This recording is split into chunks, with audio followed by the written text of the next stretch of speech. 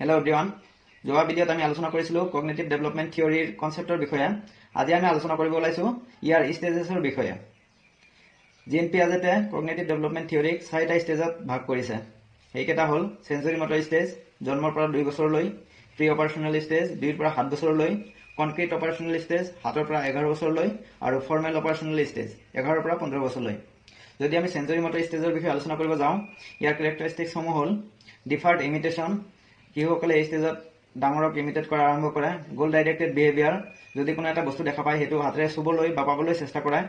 Object পাৰ্মানেন্স, এই ষ্টেজতে যদি কোনো এটা বস্তু চকুৰ সন্মুখত থাকে তেতিয়াহে বস্তুটোৰ এক্সিষ্টেঞ্চ থাকে, চকুৰ পৰা আঁতৰি গ'লে সেই বস্তুটোৰ কোনো এক্সিষ্টেঞ্চ নাথাকে।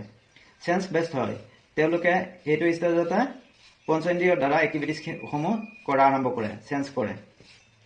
প্ৰি অপাৰেশ্যনেল ষ্টেজৰ বিষয়ে যদি আমি আলোচনা কৰিব যাওঁ, এইটো ষ্টেজত চিম্বলিক থট আহে, তেওঁলোকে চিম্বলৰ জৰিয়তে শিকিব আৰম্ভ কৰে। ইগ'চেন্ট্ৰিজিম আহে, তেওঁলোক ইগ'চেন্ট্ৰিক হৈ পৰে, তেওঁলোকৰ মতে গোটেই পৃথিৱীখন তেওঁলোকৰ আশে পাশে ঘূৰি থাকে। এনিমিজিম মানে নিৰ্জীৱ বস্তু এটাক জীৱিত হিচাপে তেওঁলোকে ভাবে। ফেণ্টেচি প্লে আহি যায়।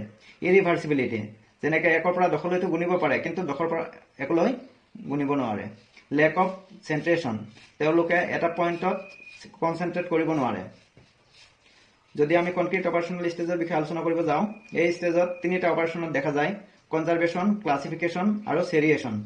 এই ষ্টেজতে ৰিভাৰ্চিবিলিটি, চেন্ট্ৰেশ্যন আদি দেখা যায় আৰু ইগ'চেন্ট্ৰিকটো ডিক্ৰিজ হয়।